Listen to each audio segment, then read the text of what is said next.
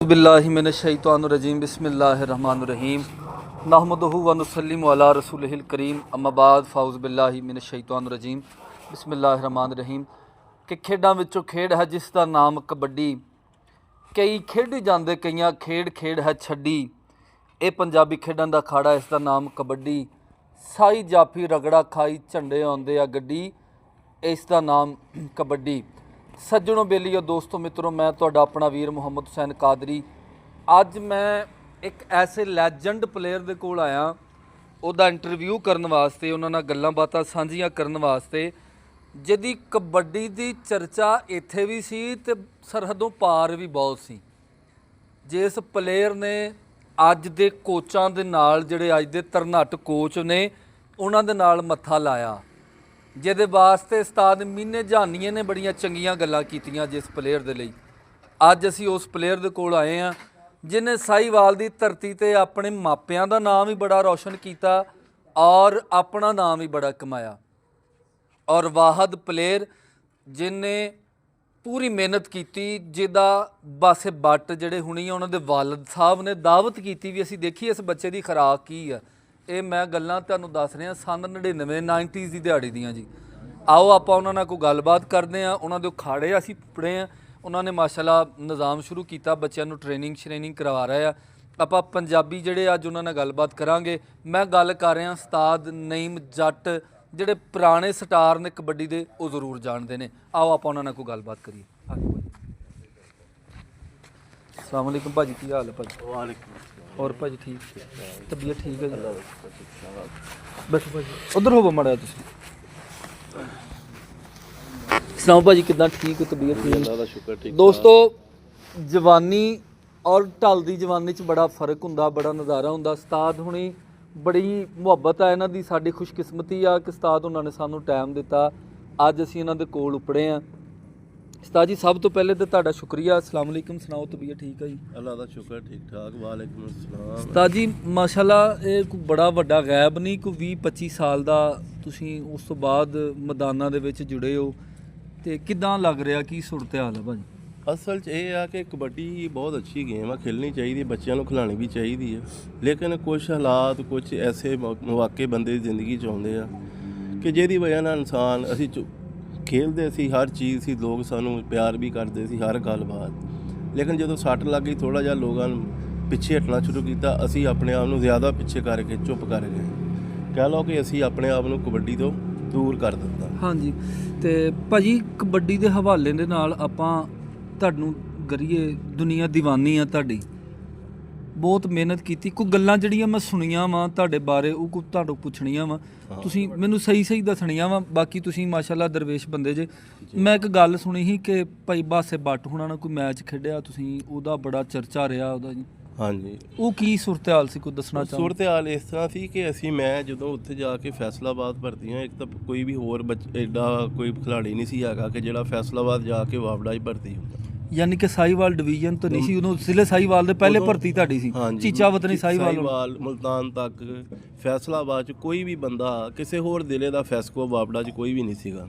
ਮੈਂ ਵਾਹਦ ਸੀਗਾ ਜਿਹੜਾ ਇਹਨਾਂ ਦੇ ਵਿੱਚ, ਕਿਉਂਕਿ ਬਹੁਤ ਅੱਛੇ ਪਲੇਅਰ ਸੀ ਸਾਰੇ। ਅਤੇ ਇਹਨਾਂ ਦੇ ਵਿੱਚ ਜਾ ਕੇ ਮੈਂ ਜਦੋਂ ਖੇਡਣਾ ਸ਼ੁਰੂ ਕੀਤਾ ਨਾ, ਅਤੇ ਫਿਰ ਲੋਕਾਂ ਨੂੰ ਮੇਰਾ ਪਤਾ ਲੱਗਾ। ਮਾਸ਼ਾਅੱਲਾ ਖੇਡਦੇ ਤਾਂ ਸੀ ਇੱਥੇ ਵੀ ਚੰਗਾ ਸੀ, ਲੇਕਿਨ ਜਦੋਂ ਵਾਪੜਾ 'ਚ ਗਏ ਤਾਂ ਲੋਕਾਂ ਨੂੰ ਜ਼ਿਆਦਾ ਪਤਾ ਲੱਗਾ ਕਿ ਇਹ ਸਾਡਾ ਅੱਛਾ ਖੇਲਣ ਦਾ ਤਰੀਕਾ ਲੋਕਾਂ ਨੂੰ ਪਸੰਦ ਆਇਆ।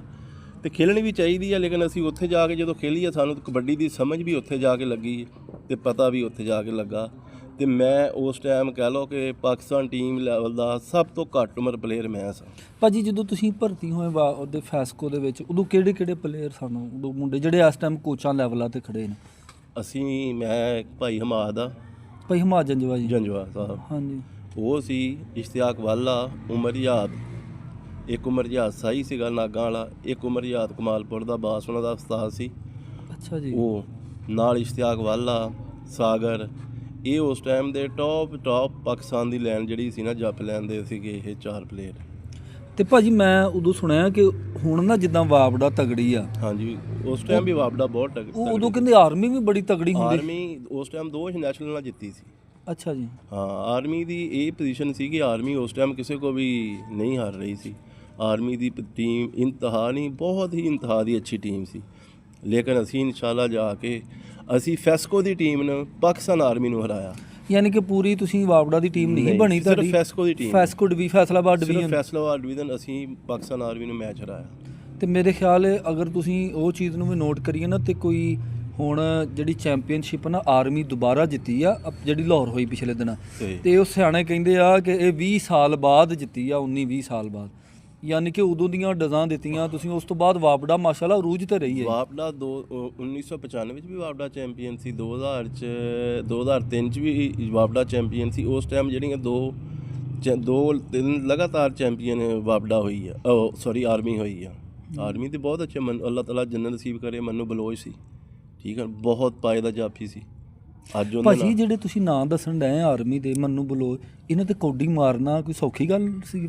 ਇਹਨਾਂ ਦੇ ਕੌਡੀ ਮਾਰਨ ਵਾਸਤੇ ਤੁਸੀਂ ਅੰਦਾਜ਼ਾ ਲਾ ਲਓ ਕਿ ਅਸੀਂ ਫੈਸਕੋ ਦੀ ਟੀਮ, ਸਾਡੀ ਵਾਪਡਾ ਦੇ ਪਲੇਅਰ ਬਾਕੀ ਖੇਲਣਾ ਪਸੰਦ ਨਹੀਂ ਕਰਦੇ ਸੀ, ਡਰਦੇ ਕਿ ਸਾਨੂੰ ਮੈਚ 'ਚ ਸਾਡੀ ਬੇਇੱਜ਼ਤੀ ਹੋ ਗਈ, ਸਾਡੇ ਇਲਾਕੇ ਦਾ ਮੈਚ ਆ। ਅੱਛਾ। ਔਰ ਅਸੀਂ ਉਹ ਬੰਦਾ ਸੀ ਜਿਹੜਾ ਇਹ ਗੱਲ ਕਹਿੰਦਾ ਸੀ ਕਿ ਅਸੀਂ ਇਹਨਾਂ ਨਾਲ ਮੈਚ ਖੇਲਾਂਗੇ ਔਰ ਇਨਸ਼ਾਅੱਲਾ ਜਿੱਤਾਂਗੇ, ਔਰ ਅਸੀਂ ਇਨਸ਼ਾਅੱਲਾ ਜਿੱਤਿਆ।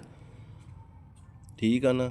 ਹੋਰ ਆਰਮੀ ਦੇ ਕੋਈ ਪਲੇਅਰ ਜਿਹੜੇ ਤੁਸੀਂ ਚੰਗੇ ਤਰਨਾਟ ਪਲੇਅਰ ਹੁੰਦੇ? ਆਰਮੀ ਦੇ ਉਸ ਟਾਈਮ ਸੀਗਾ ਰਾਣਾ ਜਬਾਰ ਆਪਣਾ ਕਸੋਵਾਲ ਵਾਲੇ। ਹਾਂਜੀ, ਉਹਦੇ ਨਾਲ ਮੰਨੂ ਬਲੋਚ ਸੀਗਾ, ਨਾਲ ਛਾਦਾ ਰੈਂਜ ਸੀਗਾ, ਉਸ ਤੋਂ ਬਾਅਦ ਸੀਗਾ ਉਹਦਾ ਨਾਂ ਫੀਜ਼ੁੱਲਾ, ਤੇ ਨਾਲ ਹੁਣ ਇੱਕ ਪਲੇਅਰ ਦਾ ਮੈਨੂੰ ਯਾਦ ਨਹੀਂ ਆਣ ਰਿਹਾ, ਜਾਫੀ। ਇਹ ਟਾਪ ਜਾਫਲੈਨ ਸੀਗੀ ਉਸ ਟਾਈਮ ਦੀ। ਇਹ ਜਿਹੜਾ ਸਾਡੀ ਵਾਪਡਾ ਦੇ ਵੀ, ਤੇ ਇਹ ਕਹਿ ਲਓ ਕਿ ਪਾਕਿਸਤਾਨ ਟੀਮ ਦੇ ਸਾਰੇ ਜਾਫੀ ਸਨ ਜਿੰਨੇ ਵੀ ਸਨ।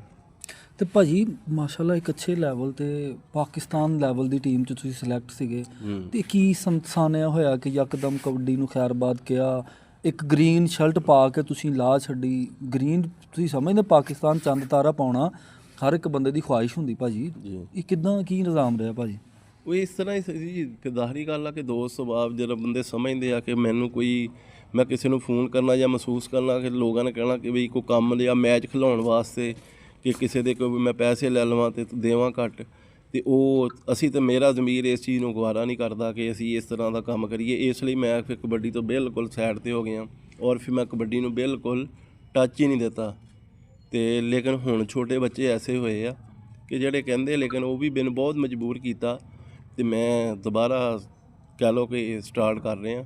ਵਰਨਾ ਮੈਂ ਯਾਨੀ ਕਿ ਖੈਰਬਾਦ ਹੀ ਕਹਿ ਲਓ ਕਿ ਹਰ ਸ਼ੈ ਨੂੰ ਕਰ ਗਿਆ। ਤੇ ਭਾਜੀ ਜਿਹੜਾ ਮਹਿਕਮਾ ਵਾਪੜਾ ਵਾ ਹੁਣ ਵੀ ਬੜਾ ਔਖਾ ਲੱਗਦਾ। ਉਦੋਂ ਤੇ ਭਰਤੀ ਬੜੀ ਔਖੀ ਹੁੰਦੀ ਨਹੀਂ, ਹੁਣ ਤੇ ਖੈਰ ਬਹੁਤ ਟੈਲੈਂਟ ਆ ਗਿਆ। ਉਦੋਂ ਤੁਹਾਡਾ ਦੇਖੋ ਜੀ, ਮੈਂ ਉਸ ਟਾਈਮ ਮੇਰੀ ਉਮਰ ਸੀਗੀ ਤਕਰੀਬਨ 17.5-18 ਸਾਲ ਉਮਰ ਸੀ ਮੇਰੀ।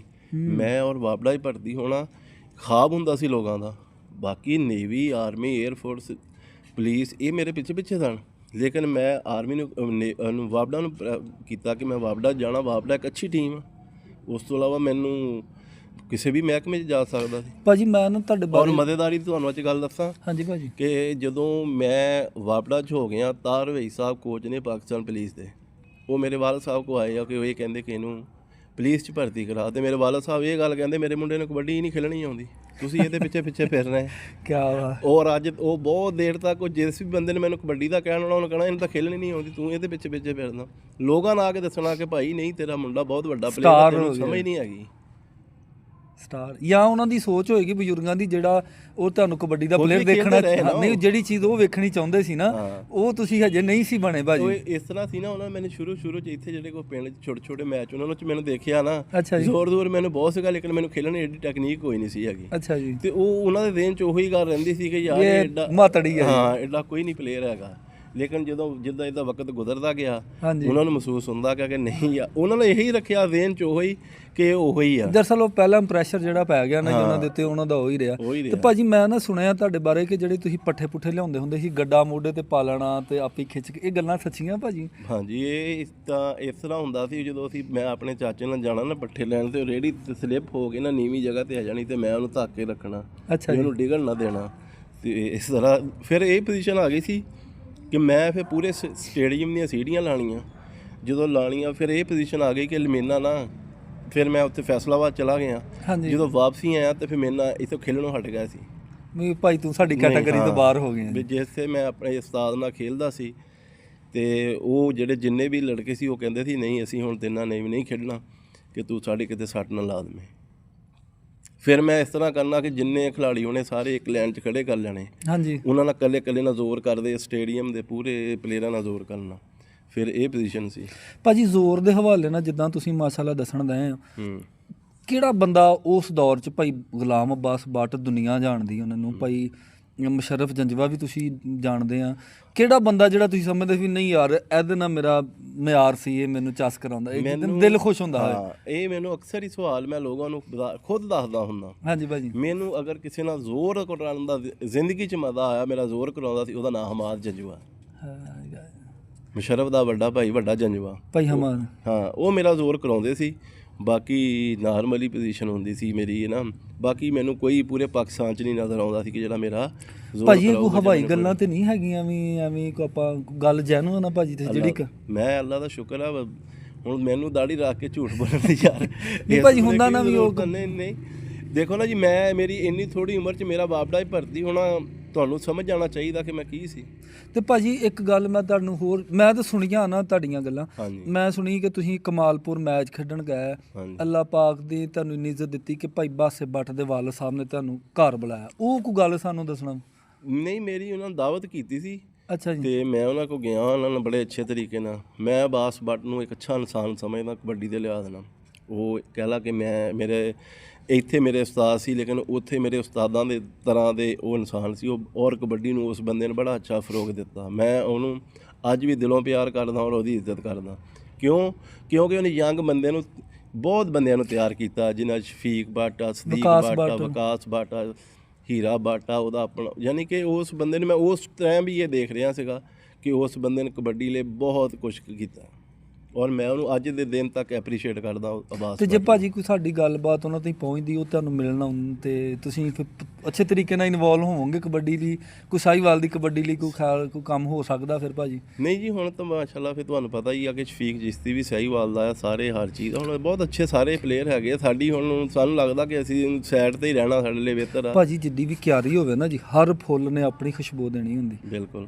ਕੀ ਪਤਾ ਵੀ ਤੁਹਾਡੀ ਜ਼ਰੂਰਤ ਆ ਇਸ ਮੈਦਾਨ 'ਚ, ਤੁਹਾਡੇ ਬੱਚੇ ਜਿੱਦਾਂ ਤੁਹਾਨੂੰ ਇਕੱਠੇ ਕਰਕੇ ਲਿਆਏ ਵੀ ਭਾਜੀ ਤੁਹਾਡੀ ਲੋੜ ਆ ਸਾਨੂੰ, ਗੱਲਾਂ ਨਹੀਂ ਇਸ ਟਾਈਮ ਨਾ ਤੂਤੀ ਬੋਲਦੀ ਆ ਭਾਈ ਬਾਸੇ ਭੱਟ ਹੋਣਾ। ਬਿਲਕੁਲ, ਉਹਨਾਂ ਦੀ ਨਾ ਬੋਲਣੀ ਵੀ ਚਾਹੀਦੀ ਆ ਉਸ ਇਨਸਾਨ ਦੀ। ਉਸ ਬੰਦੇ ਨੇ ਕਬੱਡੀ ਲਈ ਬਹੁਤ ਆਪਣੀ ਜ਼ਿੰਦਗੀ, ਉਸ ਬੰਦੇ ਨੇ ਕਿੱਥੋਂ ਸ਼ੁਰੂ ਕੀਤਾ ਔਰ ਕਿੱਥੇ ਤੱਕ ਜਾ ਕੇ ਲੈ ਕੇ ਆ ਗਿਆ।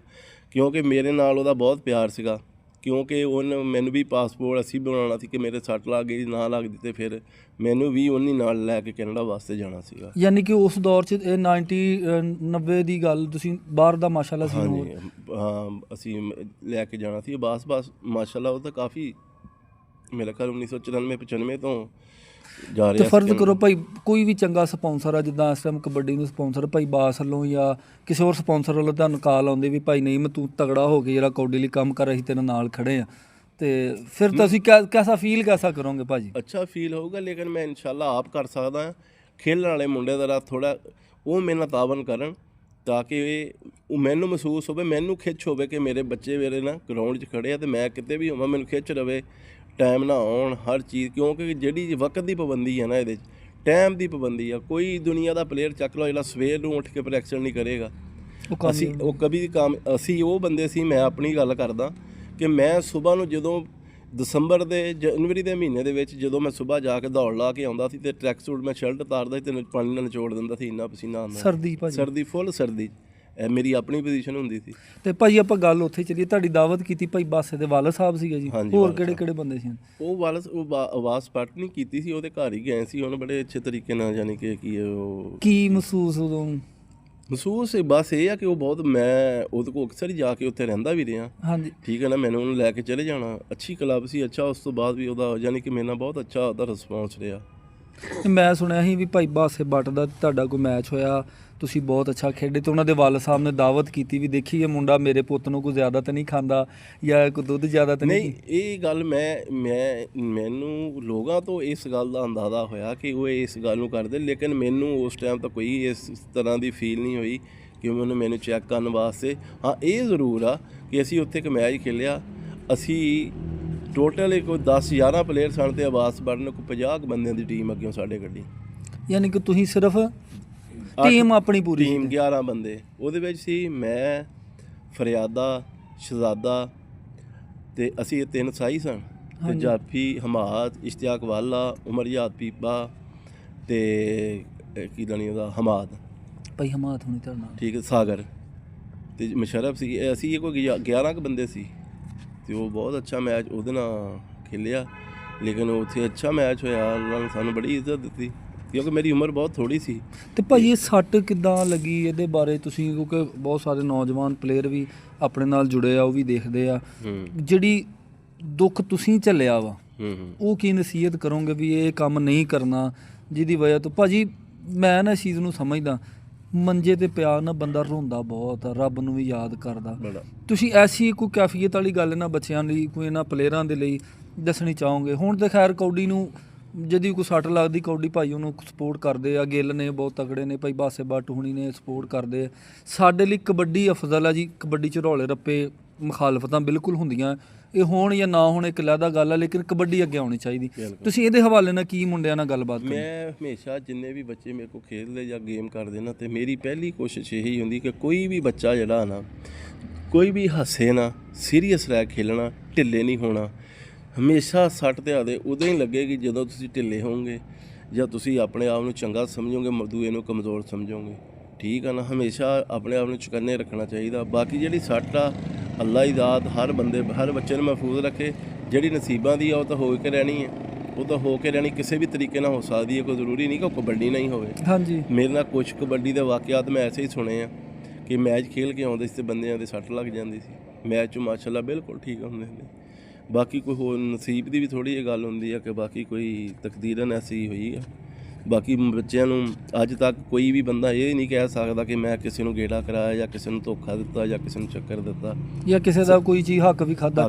ਫਿਰ ਭਾਜੀ ਮੈਨੂੰ ਨਾ ਇਹ ਵੀ ਗੱਲ ਤੁਹਾਡੀ ਪਤਾ ਲੱਗੀ ਕਿ ਜਦੋਂ ਤੁਹਾਨੂੰ ਵਾਬੜਾ ਲੱਗੀ ਹੈ ਨਾ ਜੀ, ਹਾਂਜੀ, ਤੇ ਜਿਹੜੇ ਅੱਜ ਕੋਚ ਨੇ ਤਗੜੇ, ਉਹ ਤੁਹਾਡੇ ਘਰ ਆਏ ਸੀ ਵੀ ਤੁਸੀਂ ਸਾਨੂੰ ਪੁਲਿਸ 'ਚ ਦੇ ਦਿਓ ਮੁੰਡਾ, ਤੇ ਤੁਹਾਡੇ ਵਾਲਦ ਸਾਹਿਬ ਨੂੰ ਜਿਹੜਾ ਵਾ ਉਹਨਾਂ ਨੇ ਇਹੀ ਗੱਲ ਕਹੀ ਵੀ ਇਹ ਨਹੀਂ ਪਲੇਅਰ ਐਡਾ ਚੰਗਾ। ਅਸਲ 'ਚ ਗੱਲ ਪਤਾ ਕੀ ਸੀ ਕਿ ਮੇਰੇ ਵਾਲਦ ਸਾਹਿਬ ਵੀ ਪੁਲਿਸ ਸੀ।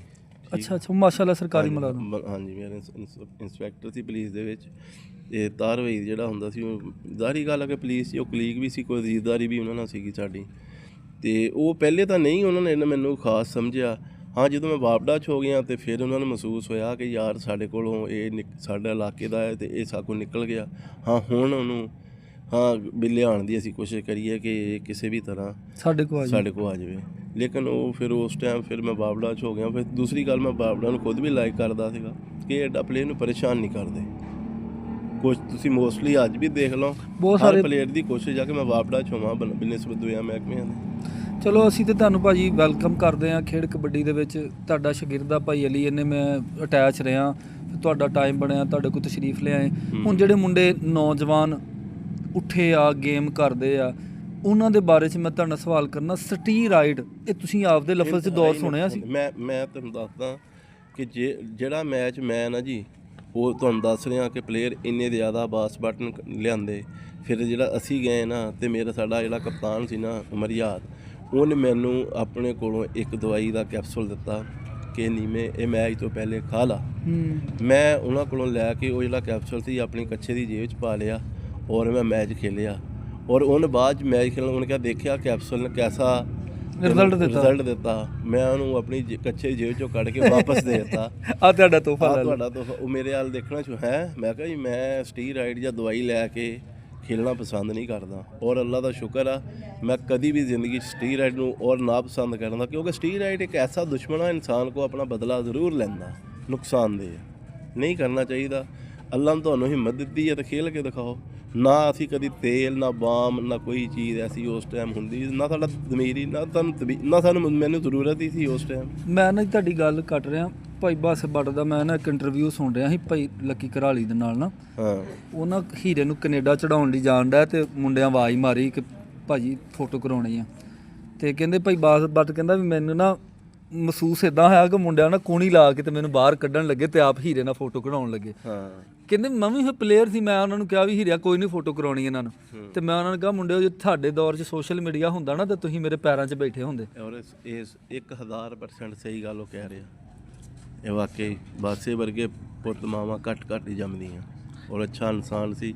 ਅੱਜ ਦਾ ਮੈਂ ਜਿੰਨਾ ਉਹਨੂੰ ਉਸ ਟਾਈਮ ਜਾਣਦਾ ਸੀ ਔਰ ਮੈਂ ਉਹਨੂੰ ਬਹੁਤ ਅੱਛਾ ਇਨਸਾਨ ਇਸ ਕਬੱਡੀ ਬਾਕੀ ਨਾਲ ਭਾਜੀ ਇਹ ਖੇਡ ਆ, ਫੀਲਡ ਆ, ਚ ਕਿਸੇ ਨਾਲ ਵਾਧਾ ਵੀ ਹੁੰਦਾ ਘਾਟਾ, ਇਹ ਜ਼ਿੰਦਗੀ ਦਾ ਹਿੱਸਾ ਆ। ਹਾਂਜੀ ਲੇਕਿਨ ਨਾ ਮੈਂ ਉਹਨਾਂ ਦੀ ਅਜ਼ਮਤ ਨੂੰ ਸਲਾਮ ਕਰਾਂਗਾ, ਜਿੱਦਾਂ ਤੁਸੀਂ ਸਮਝਦੇ ਉਹਨਾਂ ਦਾ ਸਾਰਾ ਖਾਨਦਾਨ ਹੀ ਖੇਡਣ ਡਿਆ। ਹਾਂਜੀ ਉਹਦੇ ਦਾਰੀ ਗੱਲ ਹੈ ਜੀ, ਵਾਸਵੜ ਖੁਦ ਹੋਇਆ ਆ, ਤੁਹਾਨੂੰ ਅੱਗੇ ਮੁੰਡਿਆਂ ਦੇ ਵੀ ਨਾਲ ਹੈ। ਉਸ ਤੋਂ ਬਾਅਦ ਉਹਦਾ ਭਰਾ ਸੀਗਾ ਹਾਜੀ ਮੁਮਤਾਜ਼, ਉਹ ਵੀ ਬਾਬਡਾਈ ਸੀਗਾ। ਜਦੋਂ ਭਾਜੀ ਤੁਸੀਂ ਸ਼ਬੀਰ ਸ਼ੀਰੀ ਉਸ ਤੋਂ ਛੋਟਾ ਸੀ, ਉਹਨੂੰ ਵੀ ਉਹਨੂੰ ਬਾਬਡਾਈ ਕਰਾਇਆ। ਜਦੋਂ ਤੁਸੀਂ ਇਹਨਾਂ ਨੂੰ ਘਰ ਜਾਂਦੇ ਸੀ ਮਿਲਣ ਮੁਲਣ ਨੂੰ, ਰਵੱਈਆ ਕਿਦਾਂ ਦਾ ਰਿਹਾ? ਬਹੁਤ ਅੱਛਾ, ਬਹੁਤ ਅੱਛਾ, ਬਹੁਤ ਗ੍ਰੇਟ ਇਨਸਾਨ। ਠੀਕ ਆ ਨਾ, ਕਬੱਡੀ ਵਾਸਤੇ ਦੂਸਰੇ ਖੈਰ ਐਵੇਂ ਕੀ ਹੈ, ਮੇਰੇ ਵਾਸਤੇ ਸਾਰੀ ਮੁਹਤਰਮ ਸੀ, ਮੇਰੇ ਤੋਂ ਸੀਨੀਅਰ ਸੀ। ਮੇਰੇ ਤਾਂ ਅਬਾਸ ਭੱਟ ਹੋਇਆ, ਇਸ਼ਤਿਆਕ ਵਾਲਾ ਹੋਇਆ, ਉਮਰ ਜਹਾਤ ਹੋਇਆ, ਸਾਗਰ ਸੀਗਾ, ਉਹ ਮੇਰੀ ਤਾਂ ਸਭ ਇਹ ਬਹੁਤ ਇੱਜ਼ਤ ਕਰਦੇ ਸੀ ਔਰ ਮੇਰੇ ਨਾਲ ਤਾਂ ਬਹੁਤ ਪਿਆਰ ਕਰ। ਹਮਾਦ ਜੰਜੂਆ ਬਹੁਤ ਮੇਰੇ ਨਾਲ ਪਿਆਰ ਕਰਦਾ। ਭਾਈ ਹਮਾਦ ਦਾ ਮਾਸ਼ਾਅੱਲਾ ਮੁਸ਼ਰਫ ਨੇ ਦੁਨੀਆ 'ਚ ਨਾਂ ਕਮਾਇਆ। ਹਾਂਜੀ। ਉਹ ਸਜਾਦ ਗੁੱਜਰ ਹੁਣੀ ਉਦੋਂ ਹੁੰਦੇ ਸੀਗੇ ਮੁੰਡੇ ਯੰਗ ਸਨ। ਇਹ ਫਿਰ ਸਾਡੇ ਤੋਂ ਜਦੋਂ ਚੋਟਲ ਹੋ ਗਈਆਂ ਨਾ, ਮੈਂ ਉਸ ਤੋਂ ਬਾਅਦ ਇਹ ਮਾਸ਼ਾਅੱਲਾ ਫਿਰ ਹਮਾਦ ਹੁਣੇ ਜਿਹੜਾ ਮੁਸ਼ਰਫ ਹੁਣੀ ਇਹ ਤਿਆਰ ਹੋਏ। ਤੇ ਭਾਜੀ ਨੌਜਵਾਨਾਂ ਦੇ ਲਈ ਸਟੀਰਾਇਡ ਦੇ ਬਾਰੇ ਆਪਾਂ ਗੱਲ ਕਰਦੇ ਸੀ, ਇਹ ਕੀ ਕਰਨਾ ਇਹਨਾਂ ਨੂੰ ਖੁਰਾਕ, ਤੁਸੀਂ ਕੀ ਖਾਂਦੇ ਰਹੇ ਐਸਾ ਕਿ ਜਿਹੜਾ ਮਾਸ਼ਾਅੱਲਾ ਕੀ ਮਾਂ ਪਿਓ ਦੀ ਦੁਆ ਸੀ ਜਾਂ ਕੋਈ ਘਰ ਦੀ ਖੁਰਾਕ ਸੀ ਜਾਂ ਕੀ ਐਸਾ ਸੀਨ ਸੀ, ਕੋਈ ਨਜ਼ਾਰਾ ਸੀ? ਅੱਲਾ ਦਾ ਕੋਈ ਨਿਜ਼ਾਮ ਐਸਾ ਸੀਗਾ ਜਿਹਨੂੰ ਆਪਾਂ ਕਹੀਏ ਗੋਡ ਗਿਫਟਡ। ਹਾਂਜੀ, ਖੁਰਾਕ ਵੀ ਨਾਰਮਲ ਹੀ ਸੀਗੀ ਤੇ ਕੋਈ ਐਸਾ ਇਸ਼ੂ ਨਹੀਂ ਹੈਗਾ ਸੀ ਖਾਣ ਦਾ ਵੀ ਇੰਨਾ ਜਾਂ ਉਨਾ ਨਹੀਂ। ਬਾਕੀ ਇਹ ਸੀ ਹਾਂ, ਮਿਹਨਤ ਜ਼ਰੂਰ ਕਰੀਦੀ ਸੀ, ਮਿਹਨਤ ਸਵੇਰ ਵੀ ਸ਼ਾਮ ਵੀ ਇੰਨੀ ਕਰੀ ਸੀ। ਤੁਸੀਂ ਦੱਸਿਆ ਨਾ ਮਿਹਨਤ ਦੇ ਬਾਰੇ ਕਿ ਮੈਂ ਸਵੇਰ ਜਿਹੜੀ ਭਰ ਸਰਦੀ ਹੁੰਦੀ ਸੀ ਹਾਂਜੀ। ਉਹ ਪਸੀਨੇ ਦੀ ਨਿਚੋੜ ਨਹੀਂ, ਸ਼ਰਟ ਆ ਗਿਆ ਵੀ ਪਸੀਨਾ। ਤੇ ਭਾਜੀ ਜੋ ਤੁਸੀਂ ਇੰਨੀ ਮਿਹਨਤ ਕਰਨੀ ਹੈ ਤੇ ਤੁਹਾਨੂੰ ਉਹਨਾਂ ਹੀ ਫੜਨਾ ਜਿਹਨੇ ਤੁਹਾਡੇ ਤੋਂ ਡਬਲ ਮਿਹਨਤ ਕੀਤੀ ਹੁੰਦੀ। ਜ਼ਾਹਰੀ ਗੱਲ ਹੈ ਜੀ, ਇਹ ਤਾਂ ਕਿਹਾ ਗਿਆ ਹੈ ਜਿੰਨਾ ਗੁੜ ਉਨਾ ਮਿੱਠਾ। ਜਿਹੜਾ ਬੰਦਾ ਜਿੰਨਾ ਗਰਾਊਂਡ ਨੂੰ ਟਾਈਮ ਦਊਗਾ, ਅੱਲਾ ਹੀ ਜ਼ਾਤ ਉਹਨੂੰ ਗਰਾਊਂਡ 'ਚ ਉਨੀ ਇੱਜ਼ਤ ਦੇਗੀ। ਜਿਹੜਾ ਬੰਦਾ ਗਰਾਊਂਡ 'ਚ ਨਹੀਂ ਜਾਏਗਾ ਉਹਨੂੰ ਕਿੱਦਾਂ ਇੱਜ਼ਤ ਮਿਲੇਗੀ? ਹਾਂ, ਟੀਕਾ ਸਟੀਰਾਇਡ ਲਾ ਕੇ 1 ਦਿਨ ਲਈ 2 ਦਿਨ ਲਈ ਤਾਂ ਉਹ ਹੋ ਸਕਦਾ ਆ, ਲੇਕਿਨ ਉਹ ਬਿਲਕੁਲ ਵੀ ਇਸ ਗੱਲ ਦਾ ਨਹੀਂ ਹੋ ਸਕਦਾ, ਕੁਝ ਵੀ ਉਹਦਾ ਹੋ ਸਕਦਾ। ਚਲੋ ਜੀ, ਅੱਲਾਹ ਪਾਕ ਸਭ ਖੈਰ ਕਰੇ ਜੀ। ਸਾਡੀ ਬੜੀ ਉਮੀਦ ਆ ਕਿ ਇਹ ਇੰਟਰਵਿਊ ਉਹਨਾਂ ਕਬੱਡੀ ਪਲੇਅਰਾਂ ਤੱਕ ਜਾਏਗਾ ਜਿਹੜੇ ਕਬੱਡੀ ਨਾਲ ਪਿਆਰ ਕਰਦੇ, ਜਿਹੜਾ ਨੇ ਤੁਹਾਡੇ ਨਾਲ ਬਹੁਤ ਚੰਗਾ ਟਾਈਮ ਗੁਜ਼ਰਿਆ। ਇਨਸ਼ਾਅੱਲਾ ਤੁਹਾਡਾ ਨੰਬਰ ਵੀ ਮੈਂ ਜ਼ਰੂਰ ਨਾਲ ਮੈਂਸ਼ਨ ਕਰੂੰਗਾ, ਉਹ ਤੁਹਾਡੇ ਨਾਲ ਕੋਈ ਪੁਰਾਣੀਆਂ ਯਾਦਾਂ ਸ਼ੇਅਰ ਕਰਨਗੇ। ਤੇ ਬੜੀ ਉਮੀਦ ਆ ਕਿ ਇਨਸ਼ਾਅੱਲਾ ਸਾਰੇ ਦੋਸਤ ਤੁਹਾਨੂੰ ਰਲ ਮਿਲ ਕੇ ਵੈਲਕਮ ਬੈਕ ਕਬੱਡੀ ਦੇ ਵਿੱਚ ਕਰਨਗੇ ਇਨਸ਼ਾਅੱਲਾ। ਇੱਕ ਜਿਹੜੀ ਸੱਟ ਹੁੰਦੀ ਨਾ ਸੱਜਣੋ ਮਿੱਤਰੋ ਬੇਲੀਓ, ਇਹ ਬੰਦੇ ਨੂੰ ਨਾ ਨਹੀਂ ਜੀਣ ਦਿੰਦੀ। ਭਾਈ ਨਈਮ ਗੱਲ ਦੱਸ ਰਹੇ ਸੀ ਕਿ ਜਿਹੜੀ ਸੱਟ ਵਾਲੇ ਟਾਈਮ ਨਾ ਉਹ ਬੜੇ ਔਖੇ ਕੱਢੇ ਜਾਂਦੇ ਨੇ। ਬਿਲਕੁਲ, ਅੱਲਾਹ ਪਾਕ ਹਰ ਪਲੇਅਰ ਨੂੰ, ਹਰ ਮਾਂ ਦੇ ਨਵੀਂ ਵਲੀ ਪੁੱਤ ਨੂੰ ਅੱਲਾਹ ਪਾਕ ਜਿਹੜਾ ਸਿਹਤ ਦੇਵੇ। ਭਾਜੀ ਜਦੋਂ ਸੱਟ ਲੱਗੀ ਬਾਪੂ ਦਾ ਕੀ ਰਵੱਈਆ ਸੀ ਤੁਹਾਡੇ ਨਾਲ? ਬਾਪੂ ਨੇ ਕੀ ਕਿਹਾ ਤੁਹਾਡੇ ਨਾਲ? ਬਾਪੂ ਨੇ ਜੀ ਕੁਛ ਨਹੀਂ ਕਿਹਾ। ਮੈਂ ਜ਼ਾਹਰੀ ਗੱਲ ਆ ਕਿ ਜੌਬ ਕਰਦਾ ਸੀ, ਵਾਪਡਾ ਸੀਗਾ, ਲੇਕਿਨ ਜ਼ਾਹਰੀ ਗੱਲ ਆ ਕਿ ਇੱਕ ਬਾਪ ਨੂੰ ਤਕਲੀਫ ਸੀ ਉਸ ਟਾਈਮ ਤਾਂ ਉਹਨੂੰ ਐਡਾ ਜ਼ਿਆਦਾ ਨਹੀਂ, ਲੇਕਿਨ ਉਹਨੂੰ ਜਦੋਂ ਲੋਕਾਂ ਨੂੰ ਦੱਸਿਆ ਨਾ ਕਿ ਤੇਰਾ ਬੇਟਾ ਵੀ ਤੇਰਾ ਪੁੱਤਰ ਕਿੰਨਾ ਵੱਡਾ ਪਲੇਅਰ ਆ, ਫਿਰ ਉਹਨੂੰ ਬਹੁਤ ਜ਼ਿਆਦਾ ਇਸ ਗੱਲ ਨੂੰ ਫੀਲ ਕੀਤਾ ਕਿ ਯਾਰ ਮੇਰਾ। ਫਿਰ ਉਹਨੂੰ ਮੈਨੂੰ ਲੇਕਿਨ ਇਲਾਜ ਵੀ ਕਾਫੀ ਕਰਵਾਇਆ ਉਹਨਾਂ ਨੇ।